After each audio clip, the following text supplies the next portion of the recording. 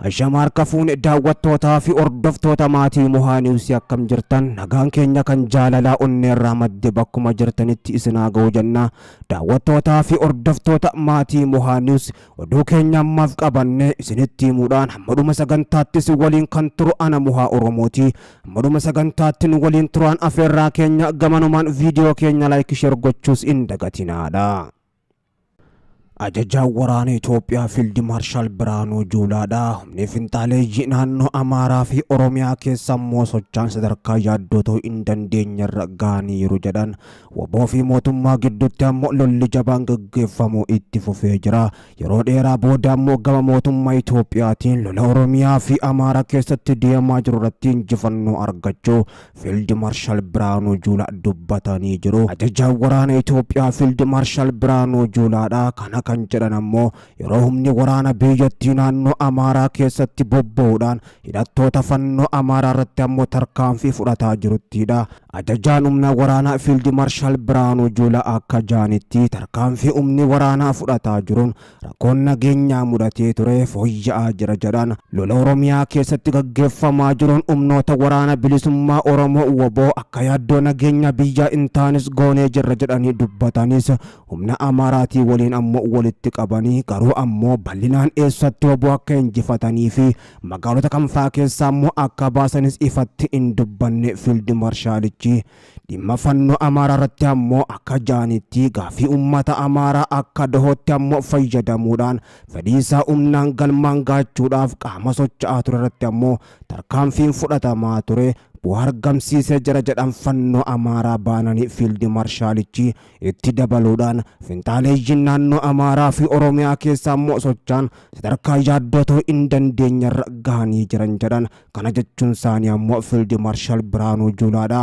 Humnoota kanneen ammoo rukutanii magaalotaa fi gandoota baadiyyaa keessa baasanii jiraachuu isaanii ifatti dubbataa jiru. Waraanni keenya rakkoo naannoo Amaaraatti tibbana mudatee fi shaneen ammoo naannoo Oromiyaa keessatti sirreessuudhaaf hojjechaa jira jedhan Fiild Maarshaal Biraanuu Juulaadha. Lolli guddaan ammoo Oromiyaa keessatti hidhattoota lamaan gidduutti meeshaalee gurguddoodhaan gaggeeffamaa jiraachuun ifatti himamaa kan jiru. Waraanni bilisummaa Oromoo waboon ammoo tarkaanfii humni mootummaa federaalaa kibba Oromiyaatti dhiyeenya kana fudhachuuf ture ofirraa qolachuuf qophiidha kan jedhe. Lola banamees fashaleessee akka jiru kan beeksise. Tarkaanfii ofirraa qolanna yeroo ammaan tana jiddu galeessaa fi lixa Oromiyaatti fudhachaa jiruunis injifannoo gurguddoo gonfachaa jiraachuu kan beeksise. Callisa yeroo dheeraa booddee ammoo karaa mootummaatiin Fiild Maarshaal Biraanuu Juulaadha injifannoo Oromiyaa fi Amaaraa keessatti argachuu ibsanii humnoonni lamaan waraana bilisummaa Oromoo fi fannoo baananii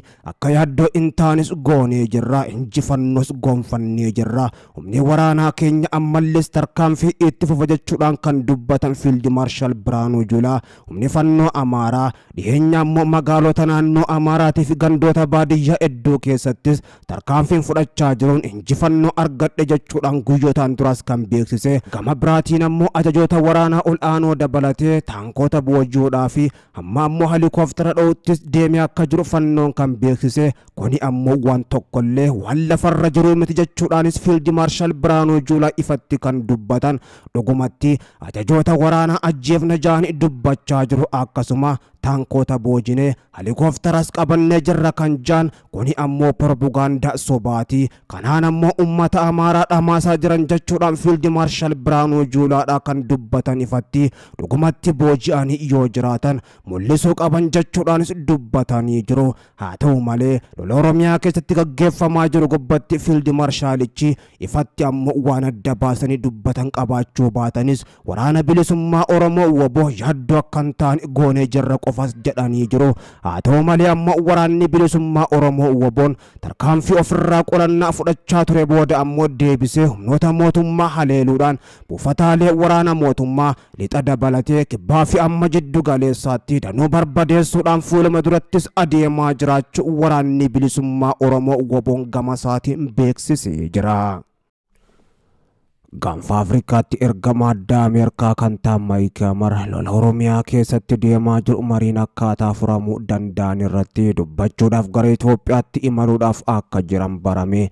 Ergamaan addaa kun wiixata dhufu akka Itoophiyaatti gaafa 22 bara 2015 irraa kaasee hanga qaammee 3 bara 2015tti Kiiniyaa fi Itoophiyaatti guyyoota 10 akka turan ministeerri dhimma alaa Ameerikaa ibsa baaseen beeksisee jira. Maayik Haamar turtiisaa Itoophiyaatti taasisuun ammoo adda durummaadhaan dhimmoonni kaasu keessaa walitti bu'iinsaawwan naannoolee Oromiyaa fi Amaaratti gaggeeffamaa jiran karaa nagaatiin furmaataa akkaataa argachuu danda'u irratti hangafoota dhimmi ilaallatu waliin ammoo ni mari'ata jedhamee jira. Gaanfa Afrikaatti ergama addaa Ameerikaa kan ta'an Maayik Haamar yeroo lolli guddaan humnoota mootummaatii fi waraana bilisummaa Oromoo WBO jidduutti akka haaraatti eegaluudhaan meeshaalee gurguddoodhaan lixaa kaase hamma kibbaa fi jiddu galeessaatti 4 kiiloo irraa fageenya maayilii 500 qofa yookaan ammoo fageenya kiiloomeetira 170 caalletti lolli humna guddaadhaan gaggeeffamaa jiru fi WBO'n imala sochii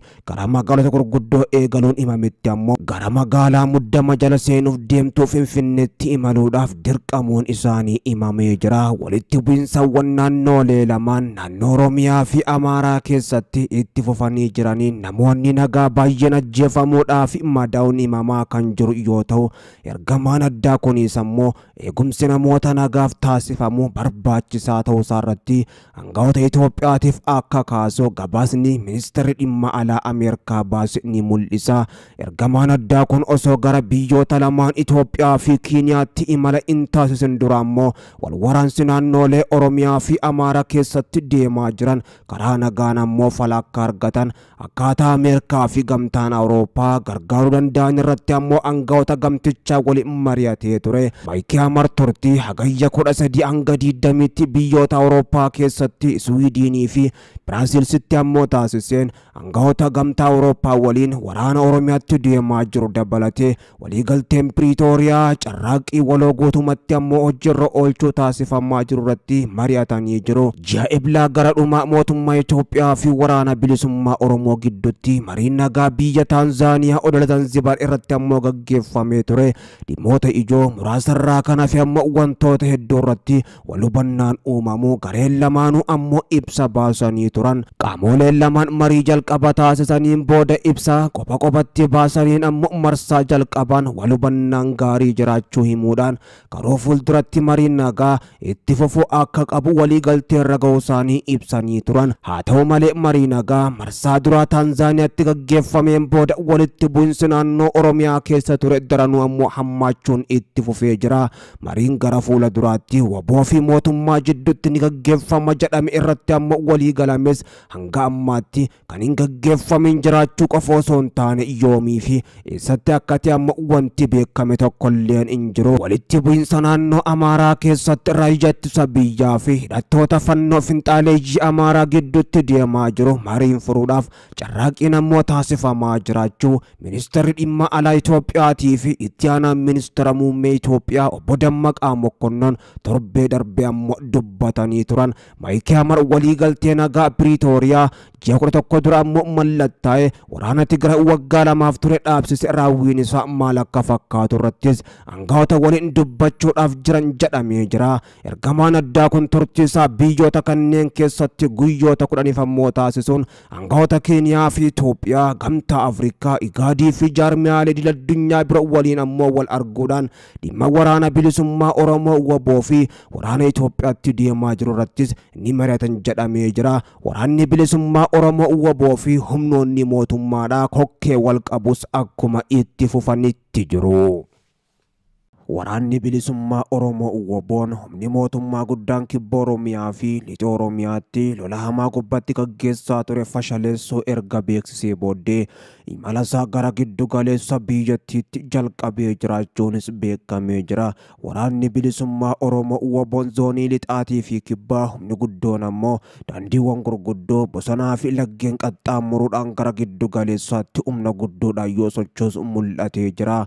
Mootummaan ammoo guyyootaan kanaan dura humna guddoo kibba Oromiyaa fi gama lixaatti bobbaasu waraana bilisummaa Oromoo WBO rukutee duubatti deebisuudhaafis yaalaa kan ture waraanni bilisummaa Oromoo WBO'n ammoo opereeshinii mootummaan gaggeessaa ture qolachuudhaanis humna mootummaa deebisee rukutuudhaan injifannoo gonfate fuuldurattis adeemaa jiraachuu beeksisee jira. Humni waraana bilisummaa Oromoo guddaan lixarraa jiddu galeessatti ammoo sochiisaa yoo godhu gara Shaggar fuula deeffatee suuraadhaa fi viidiyooleen garagaraa bahaa jiran ni mul'isu.